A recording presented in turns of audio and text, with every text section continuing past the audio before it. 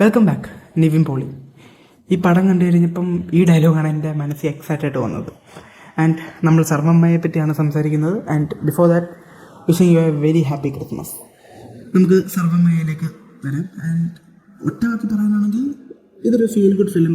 എനിക്ക് ഭയങ്കര ഇഷ്ടപ്പെട്ടു. ആൻഡ് ഫാമിലിയായിട്ട് ഈ ക്രിസ്മസ് സമയത്ത് പോയി പിള്ളേരായിട്ടൊക്കെ ഫാമിലിയായിട്ടൊക്കെ പോയി കണ്ട് നൈസായിട്ട് വരാൻ പറ്റിയൊരു ഫിലിം. ഇതാണൊരു ഷോർട്ട് റിവ്യൂ ആയിട്ട് പറയാനാണെങ്കിൽ, ലൈക്ക് പെട്ടെന്ന് കേട്ടിട്ട് പോകാനുള്ളവർക്കാണെങ്കിൽ. ആൻഡ് നമുക്ക് ഡീറ്റെയിൽ ആയിട്ട് പറയാം. ഫസ്റ്റ് പോസിറ്റീവ്, നിവിൻ പോളി ഈ ക്യാരക്ടർ ചെയ്ത് വെച്ചേക്കുന്നത് നമുക്ക് ഇത് വലിയ ആക്ടിങ് പരിപാടിയൊന്നും അങ്ങനെ ഡിമാൻഡ് ചെയ്യുന്ന ക്യാരക്ടറല്ല. പക്ഷേ എന്ത് ഗ്രേസ്, എന്ത് ചാമാണെന്നറിയോ പുള്ളിക്കാരനെ.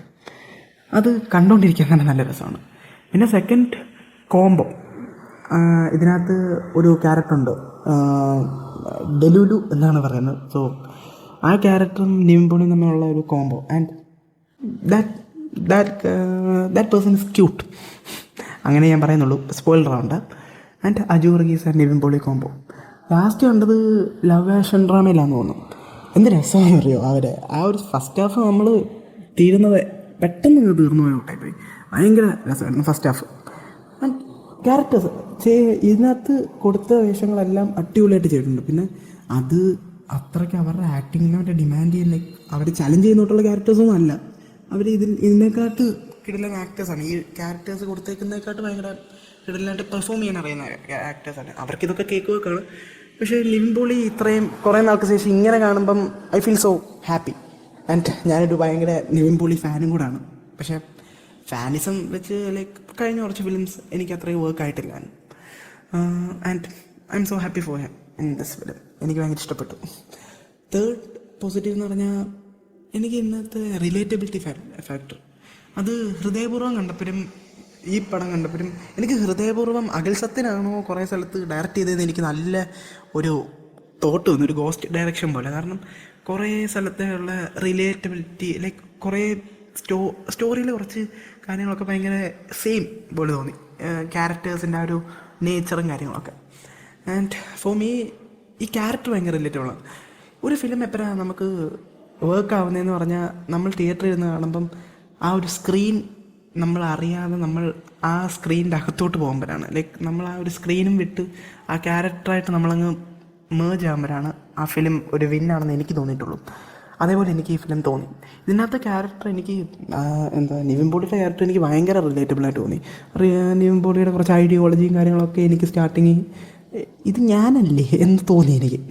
ഞാൻ ഒരു സമയം ഒരു പോയിന്റ് എത്തിയപ്പം എനിക്ക് മനസ്സിൽ ഒരു പേടി തോന്നി. കാരണം ഇത് ഞാൻ ലൂപ്പിൽപ്പെട്ടതാണോ, ഇത് തന്നെയാണോ പടം, അത് ഞാൻ എന്തോ ഡ്രീമി വല്ലതും ആണോ? കാരണം കുറേ കാര്യങ്ങൾ എൻ്റെ തന്നെ കഥ കാണിച്ചു കൂട്ട് തോന്നി എനിക്ക്.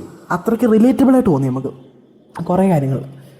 ആൻഡ് ആ relatability work for me in a great manner. Third positive നമ്മൾ പറയും. ഫോർത്ത് പോസിറ്റീവ് എന്ന് പറഞ്ഞാൽ മ്യൂസിക്.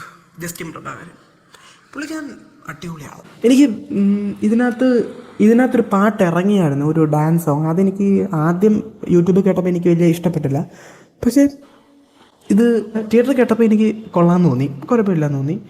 ബാക്കി കുറേ പാട്ടുകളൊക്കെ ഭയങ്കര രസമായിട്ട് തോന്നി. ഭയങ്കര രസം, ഭയങ്കര ഫീൽ തോന്നി. ആൻഡ് നെഗറ്റീവ്സ് പറയാനാണെങ്കിൽ എനിക്ക് സെക്കൻഡ് ഹാഫ് കുറച്ച് ഡ്യൂറേഷൻ കുറച്ച് കൂട്ടിയൊരു ഫീൽ അടിച്ചു. വലിയ നെഗറ്റീവ് അല്ല, ലൈക്ക് അതെനിക്ക് കുറച്ച് കൂടിയോ എന്നൊരു ഡൗട്ട് അടിച്ചു. പിന്നെ പേസിങ്ങും കുറച്ച് ലാസ്റ്റ് ആയപ്പോൾ എനിക്കൊന്ന് ഒരു പിടുത്തം വന്നോ തോന്നി.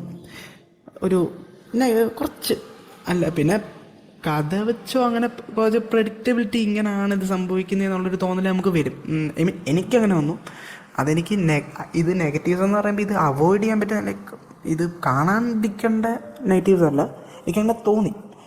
അല്ലാതെ for me it's A great watch എന്ന് പറഞ്ഞാൽ എനിക്ക് ഈ ക്രിസ്മസിന് ഇപ്പോൾ കണ്ട് തിരിച്ചു വന്നപ്പോൾ എനിക്ക് നല്ലൊരു സമാധാനം, ഒരു സന്തോഷം കിട്ടിയൊരു film. And the most part is like Nivin Pauly character ചെയ്ത് വെച്ചിരിക്കുന്നത് ഭയങ്കര രസത്തിലാണ്. ആൻഡ് അഖിൽ സത്യൻ്റെ റൈറ്റിംഗ്, ആ റിലേറ്റബിലിറ്റി ഫാക്ടർ എനിക്ക് ഭയങ്കരമായിട്ട് ഹിറ്റ് ചെയ്തു. അതെനിക്ക് ഭയങ്കര ഇഷ്ടപ്പെട്ടു.